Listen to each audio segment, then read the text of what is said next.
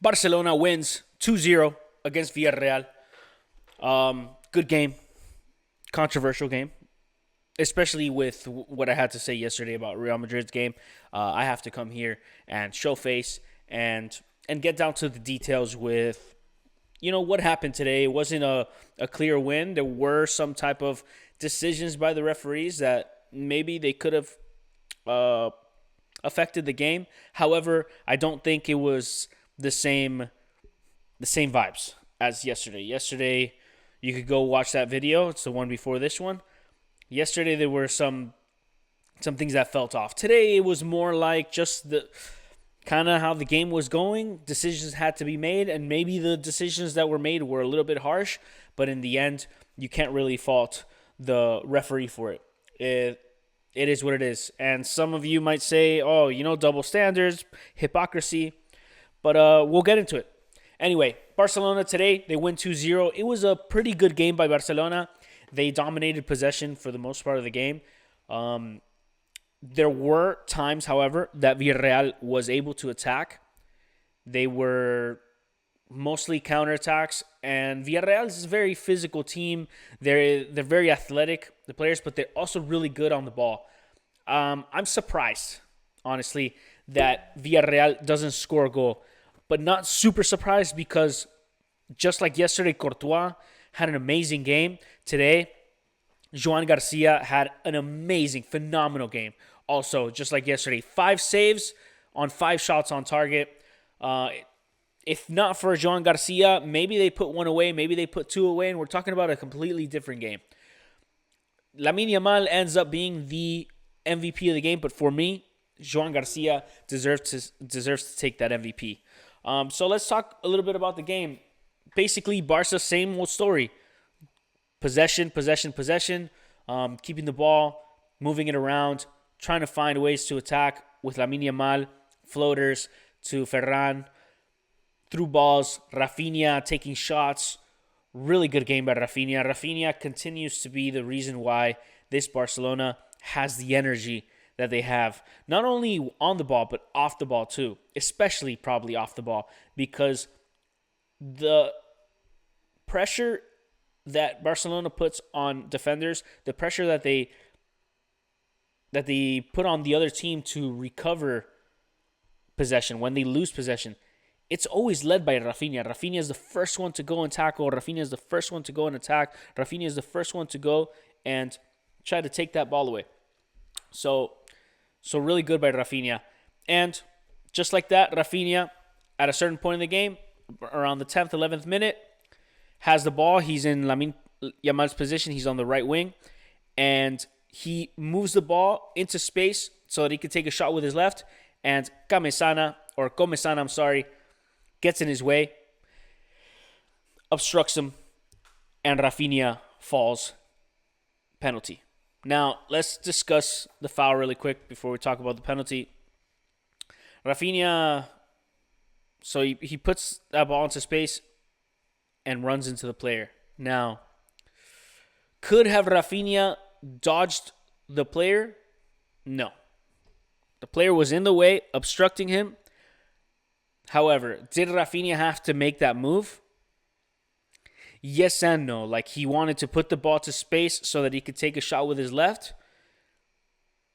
But he knew if he tried to do that move, he would be obstructed. And I think he went for that. He draws the foul. It's not the same as diving, but it is drawing the foul. And he sells it with the dive. What some people might say is a little bit controversial is the fact that if you watch the replay, Rafinha knows exactly what he's doing. He sees the player obstructing him, and instead of trying to go around him, attempting it, he's like, no, I'm going to fall here. And he does it. And the penalty is awarded. Now, the only reason it is a penalty is because the player was obstructing him. So that's a foul. So the referee awards the penalty. Rafinha takes the penalty and scores. After that, Barca continues to dominate possession. But like I said, a lot of times Villarreal on the counterattack was really, really good. And if not for Hansi Flick's offside trap or Joan Garcia, like I said, Villarreal was looking pretty lethal at certain points. At the 35th minute, and this is something I want to talk about, Balde. At the 35th minute, Balde has a huge error. He has the ball. He's under pressure by the attacker, and he tries to pass it back to Joan. But he gives kind of like this little soft pass to the point where it didn't even feel like a pass. It felt like just a touch. Literally touches the ball right back into the attacker's feet. And, Joan saves it. But this is something that Balde, and I love Balde. Balde is, for me, one of the best left backs in the world when he's at his prime. But he's not in his prime right now. Right now, he's struggling, and you could tell all season. Last season was a really good season for Balde. It's more. Last season, when we lost Balde to injury, I think that's when the decline of Barcelona started happening, attacking-wise. I think if we had Balde and we had Condé for the games against Inter Milan, it would have been a different story because our team was complete with them. And Balde was having a phenomenal year last year. This year, it's not so much. This year, you see he kind of lacks a little bit of confidence. And not only that, it's the same thing that I say about Conde. Who's the second line after Balde? Nobody. It was Gerard Martin. But Gerard Martin is putting on a master class on defense. And now, and we're going to talk about it later, we're dealing with a lot of injuries. So Gerard Martin has to remain as a center back now. Who's the backup for Balde? Nobody. So there's nobody putting pressure on Balde to perform, to be better, to compete against him for that position. There's no one really. Jofre Torrents is the closest thing, and it's not going to be him. I think there's a huge divide in level between Jofre Torrents and Balde. So that's something that I see that could be a problem. Balde not at his best form, and nobody on the squad to really put pressure or to substitute him and be a better player. A few minutes later, a harsh foul, super harsh foul on Lamine Yamal. Lamine Yamal receives the ball. He one-touches back, feeling the pressure because Renato Vega is putting him under pressure. And Renato Vega just straight up tackles him, lifts him off his feet, and from the back, feet first, straight into his foot / Achilles, and Lamine falls, and it's a pretty serious foul. Now, this is the other controversial call. Straight red. Straight red to Renato Vega, and this is where people might disagree. Oh, that shouldn't have been a red card. In the Premier League, it's a different call, or, against certain teams, it's a different call. Let's analyze it like this, and this is the way I analyze it. Was it for a straight red? Being that it was at the 38th minute, so not even in the second half, a red seems harsh. It does. But the foul was straight to the feet. Maybe he was attempting to take the ball, but I think the only way he would have been able to take the ball is if Lamine Yamal did his move, his signature move in certain situations, which is when he receives the ball, he fakes that he's going to spin, he spins the other way, lets the ball go through, and takes on the player. Basically spins off the player and leaves him on his tracks. Vega probably anticipated this, and he's like, oh, if he turns on me, I'm going straight to that ball. Like, he's not getting past me. The thing is, Lamine felt that pressure, and he's like, I'm not going to do that move. He returns it one touch, and Vega just straight up sweeps him. Man, at that point, that's a harsh foul, and in any other game, a yellow is too soft for that. In any other point of the game, a yellow is too soft for that. It's what they say in Spanish, naranjada, like orange card. Basically, a little too harsh for a yellow card. Maybe not harsh enough for a red. I think it was harsh enough for a red. What I do think that kind of affects it is the fact that it's a red card at the 38th minute and not at like the 62nd minute. That foul happens at minute 62. That's a red card. Easy.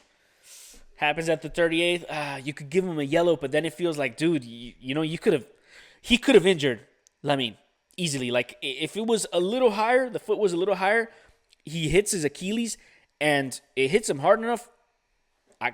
He's not stretched enough. He's in a bad position. You mess up the dude's ankle or you tear his Achilles or you at least, something can happen from that. And that's why I think a red card is okay.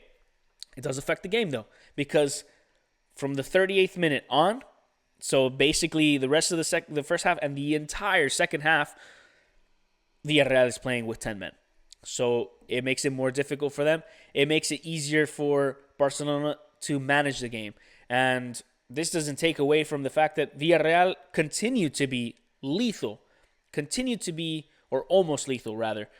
But they continue to be extremely dangerous. And if not for Joan Garcia, Villareal puts them away. If not for that red card, maybe they have that extra player.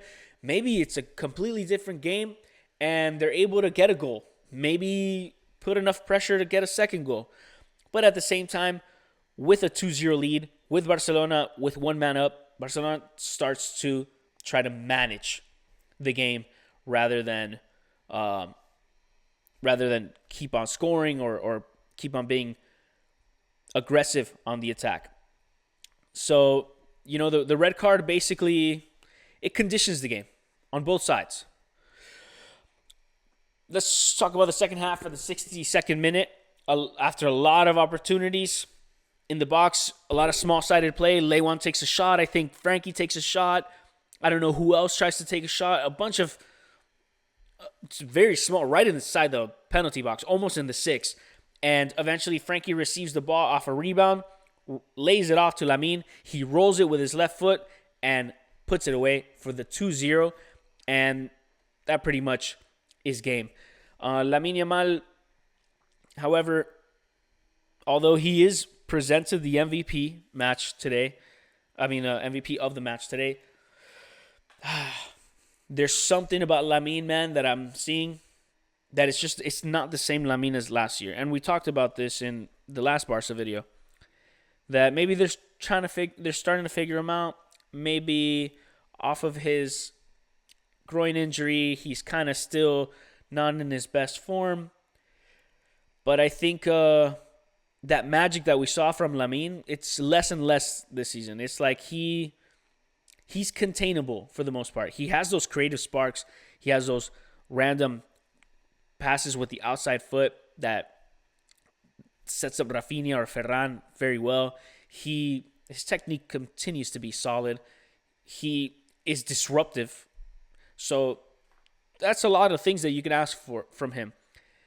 But I think if he aspires to be in the top 3 of Ballon d'Or again this season, he's going to have to be more clinical as well. Now, I'm saying this after saying that he scored a goal. But at the same time, there's moments in the game where Lamine, because he's taking risks, and obviously we're asking him to take risks and stuff, but because he takes a lot of risks and because he's starting to become a little bit predictable, defenses are learning that and are able to intercept him sometimes or guess what he's going to do, steal the ball, and off to the races. For a lot of counterattacks happen because of Lamine Yamal not being able to execute that final pass and maybe get it intercepted, taking unnecessary risks. Or not unnecessary, but just taking risks and they don't come to fruition. So, but like I said, Joan Garcia was so solid in the back. Like, we're talking about a really, really world-class goalie, and people are starting to see week in and week out, game after game, why Barcelona went and spent 50 or 60 mil on Joan Garcia. Yet to be called up by the Spanish national team, but I'm in no hurry. I don't want him to risk injury because we are one team with him and one team without him. However, if Ter Stegen stays, and let's just say, knock on wood, Joan Garcia gets injured, I believe in Ter Stegen. I still believe in him. I'm not completely convinced the way I am with Joan Garcia. I think Ter Stegen has made a lot of errors in the past, but he remains a world-class elite goalie, so I trust him. The one I don't trust as much is probably Szczesny. Szczesny worries me just because Szczesny's a great goalie. And Szczesny, in his prime in Juventus, was one of the best goalies in the world. And I'll go as far as saying in the 2022 World Cup, before Poland gets eliminated, Szczesny was the best goalkeeper of that tournament. Now, they get eliminated first round of the playoffs, round of 16. And so with that, Szczesny plays 4 games. But those 4 games he plays are the reason, especially the first 3, are the reason why I think Poland makes it through instead of Mexico, instead of Saudi Arabia. And, watch out that one more bad result by Argentina and Poland would have left the group first and faced Australia instead. And what? They go and they lose against the eventual finalist and the defending champs, France. So Poland had a really good World Cup, and because of Szczesny. The thing about Szczesny is, in Barca, he has already kind of assimilated his role as backup / almost moral support or training support for Joan Garcia, who is just starting. He's 24 years old. Szczesny is 35 or 36, so it's a different generation. And, he serves as more of like as a role model and as like a coaching assistant almost for Joan Garcia. So when given the starting role, if Joan is not there, I don't know how well Szczesny will do. I think his prime is past him, and I think he understands that, and I think he's already kind of come to terms with that. Besides that, Condé gets injured today, and this is not good because Pedri today, or in training, injured himself. It's not a huge injury. I think he will be back for the next game against Espanyol. But Christensen did get really seriously injured, and he's out for months because he had a minor tear on his either meniscus, his MCL, or maybe his ECL, something that got partially torn, and he's not going to need surgery, but he's going to be resting for 3-4 months. Christensen was our backup center back, and Condé getting injured, he's our only right back. Condé's substitute is Eric Garcia on right back, but Christensen's backup is also Eric Garcia, and Pedri's backup today was also Eric Garcia. So all of a sudden, you have Eric Garcia who was substituting for 3 different roles, and all 3 roles are pretty much cooked. So where are you going to put Eric Garcia? And who are you going to put instead? Now's the time where maybe Araujo coming back would be good, but we don't know because Araujo could very well be out in the January transfer market. So it's getting complicated here, man, with injuries and stuff. Pedri will be back, so we don't got to worry about Eric Garcia taking his place. But if Eric's going to play right back and we're going to have Cubarsí and Gerard Martin as center backs, Christensen's no longer a backup in center back. Eric Garcia is going to be playing right back, so he can't be a backup. And Araujo, we don't even know if he's going to be back. And if he is, he's our only substitute on defense.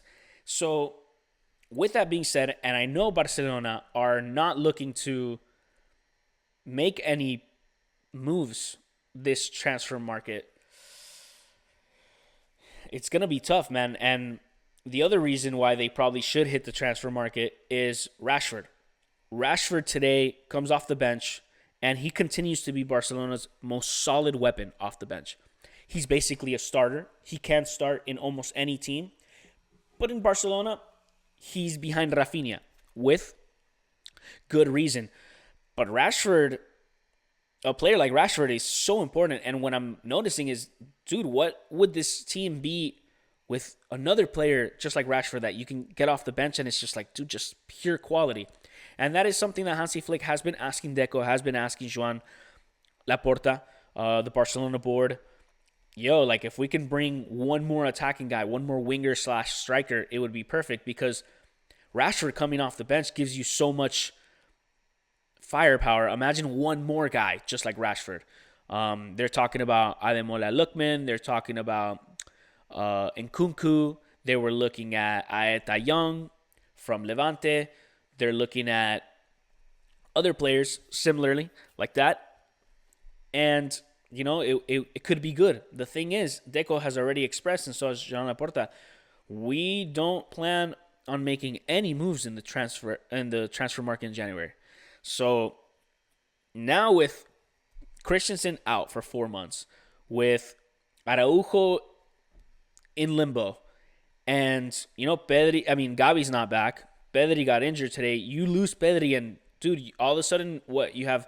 Marc Bernal, Marc Casado, which, don't get me wrong, I love Casado, but Casado this season is not the same as last season, and you can tell he doesn't have the physicality to, I think, compete in every game. And Bernal is still he's young. He's, I think, also 18 years old. And to manage the middle as an 18-year-old, it's not the easiest thing. So right now, who do you have? You have Frankie de Jong and Eric Garcia today. But like I said, Eric Garcia is now going to have to back up Conde. Now, I don't know how bad Conde's injury is. Maybe by the next January game after the break, he comes back and he's good. But in the off chance that he's not good, that affects things. Let's go over here to FotMob, and we're looking right here. So Conde, hopefully, it says it right here, injured. Hopefully it's not a bad injury. You have Garcia and Martin. Eric Garcia played here today. He's going to have to play here. So De Jong is here by himself. Who's the backup? You got Casado. You got Bernal. Pedri will come back eventually. You also have Fermin. That's true. You could put Fermin here and put Rafinha in the middle and have Rashford. You also have Dani Olmo coming back, hopefully soon. So, yeah, that's possible. Gavi, I don't know when he comes back. Gavi had a serious knee injury to the point it was like a reaggravation of his prior injury, which was an ACL tear, and they had to go and do surgery again. So that's complicated to come back from so soon. So all of a sudden, man, we're wearing thin. We're gonna have to go into La Masia, and that's cool. Like we can always depend on La Masia. That's awesome. But how much are you gonna depend on La Masia when we're in semifinals or quarterfinals of the Champions League? Remember, we're not in top 8, so that means we're gonna have to do a wild card matchup before we even get to round of 16. So it's tough, man. It's tough. We're gonna need the depth, and if Deco keeps reiterating, we're not going to do anything in the transfer window, it's going to get tough. And I think Hansi Flick, he low-key hints at it. He's like, look, I only sign 1 year at a time. Part of the reason why I'm here is Joan Laporta. Deco helps me a lot. But at the same time, you could tell that Hansi is like, dude, like I'm a really, really world-class elite coach. And you're seeing it right here. And if I have to coach a team that can't get their money together and can't sign one player, like, what am I doing here? I can go and sign for any Premier League team. I can go and sign for, Bayern Munich again, or PSG, or an Italian team. Maybe not an Italian team, but most likely Premier League. I think his next place would be the Premier League, and where they're going to have the money to bring in whoever I want, and I'm going to have 2.5, 3 times of a team's worth of depth. And here we don't even have 2. We have 1.25 of depth, where it's so bad that we're literally rotating Eric Garcia in 3 to 4 positions per game. We're rotating Rafinha. We're thinking about rotating Fermin right now. Like, dude, we're moving so many things around. A left back is playing at center back. Our backup center back towards MCL, our other backup center back is not even in the country. Like, it's getting tough. So I don't know how long we're going to be able to do this for. But like I said, the transfer window, I was saying Hansi wants a winger/striker. Okay, we're going to need somebody to compete with Ferran/Lewan, because Lewan is kind of on his way down. Lewan wants to resign, but I don't know if Barca wants to resign him. Due to La Liga rules, they can only re-sign him for a minimum of half his current salary, and his current salary is huge. So half of his current salary is still pretty big, and that's minimum. I don't know if he'll even agree to that. Maybe he will, maybe he won't, but that's La Liga financial rules. Now, if you get rid of him, you're going to get rid of him for free. You're not going to transfer him out. Like, you're not going to get any money for him. So right there, the only money you get is whatever you get back from not having to pay his salary. So a winger striker. Now, like I said, we don't have a backup right back. We don't even have a backup left back. That's a serious alternative, right? So, you know what? We need one of them at least, and maybe two of them. So we need a right back, a left back, a winger striker. And now we need a center back too. So it's just so many things that Barca needs. And if they're not going to go into the transfer window in January and whatever, we got to work with what we got. And it's working. We have La Masia. Hansi Flick is extremely, extremely efficient. He's very pragmatic. He is willing to move these players around, but you can only do so much. But yeah, that's it. The substitutes that came in, Lewandowski, which because of him we get that second goal. You know, he was an attacking threat. Rashford comes in. Rashford's amazing. He almost gets a goal at the end of the game. I think at the 85th minute he takes a shot or something like that. 75th, 85th, something like that, and really good. Like I said, Rashford is the best weapon that we have off the bench. Marc Bernal comes in. He's okay. Nothing special. He's no Pedri. And Casado comes in as a right back because we had already subbed out Eric Garcia by the time Condé gets injured. So he's forced to play Casado in the right back position to finish the game, basically the last 10 minutes. So now you're talking about another center mid that we're putting into right back. He did it against Guadalajara too. I think he started in that position. So, you know, we're playing a center mid CDM as a right back because of how bad our depth is. And with the news about Christensen, with the uncertainty about Araujo, and we don't know how long this injury is going to be, it's getting tight. It's getting tight. Guys, Barcelona ends the year with 4 points above second place, which is Real Madrid. They finish first. And when we come back from the Christmas/holiday break,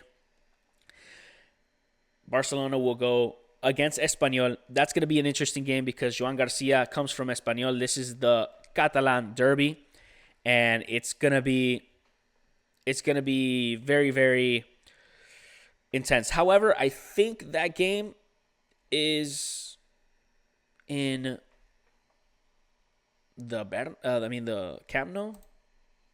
Let me see. Does it say their schedule? Right here. Oh, no. It's in Espanol. Okay. All right. So, there you have it. So, that's going to be a very intense game. Joan Garcia goes back to Espanol, and he's going to be jeered by all his ex-fans who were very, very upset that he left, especially to derby rival. That's going to be intense. You know, watch out that Barca doesn't lose points in a very hostile environment. So, Espanyol versus Barca when we come back. And Real Madrid, when we come back, goes against Real Betis. That one is going to be also pretty intense. That's going to be a difficult match. Not sure where they play. Let's find out. The next game for Real Madrid is against Betis in the Bernabeu, so that should be an easier place to play than in Betis. However, with the way Real Madrid is being treated in their stadium, you know, they booed off Vinny. They're not happy with Xabi Alonso. They're not happy with the team. They're booing the team when in certain spells of the game. They're booing and jeering at them. And it's not easy to play in the Bernabeu now. It's almost as if you're playing in an away stadium when you play bad at the Bernabeu. And with good reason, because Real Madrid is playing bad. They're not playing well. But, you know, what Xabi Alonso was able to do up until recently is, regardless of them not playing their best football, they're getting results. And with those players that you have, with the depth that Real Madrid has, even though they're dealing with, like, I think they got like 10 injuries, especially, like, most of them all on defense.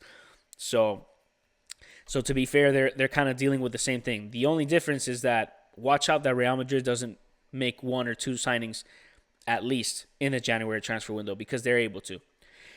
How that makes sense, I don't know, because the data just came out that Barcelona is 1.4 billion in debt, right? 1.4 billion in debt, which everybody knew that. Yeah, Barca's in debt. They have financial problems, all this stuff. That's why they can't sign anybody, all this yada, yada. Real Madrid is 1.3 billion in debt. So just 100 million less than Barca. How are they signing people? You know? And yeah, a lot of them come for free. But dude, just 2 years ago, they got Bellingham. Now they signed Mbappe to a crazy deal. They're re-signing players. They got Trent. They got Hausen. They got Carreras. They came up with... Mastantuono cost 60 million. 60 million for Mastantuono. So you're talking about 4 signings, not including Mbappe, not including Bellingham. And, you know, Endrick came around that same time as well. You're paying Vinny, you're paying Rodrigo, you're paying Valverde, you're paying Tchouaméni, you're paying all these players. Where's this money coming from that Real Madrid is able to sign with no problem, 1.3 billion in debt, and Barca with 1.4 billion in debt? We got to pull guys from La Masia because we can't move money around. That's another reason why I don't respect Real Madrid, is because they play with different rules. They're the state club. And, you know, it just doesn't make sense to me. It really doesn't. But anyway, Barca Espanyol, Real Madrid Betis when we come back, and then the Spanish Super Cup semifinals. Barcelona versus Athletic Bilbao, it's a one-off game, and Real Madrid versus Atletico de Madrid, one-off game. That's going to be amazing to watch. All that is played in Saudi Arabia, if I'm not mistaken, so home field advantage is most likely to Real Madrid and to Barcelona, because most people outside of Spain are fans of those two clubs. They're the biggest clubs in the world. So you know that Atleti is probably going to feel away, and Bilbao is for sure going to feel away in those games. But yeah, when we come back, we'll run those games. But until then, guys, thank you for watching, and I'll catch you on the next one. Peace.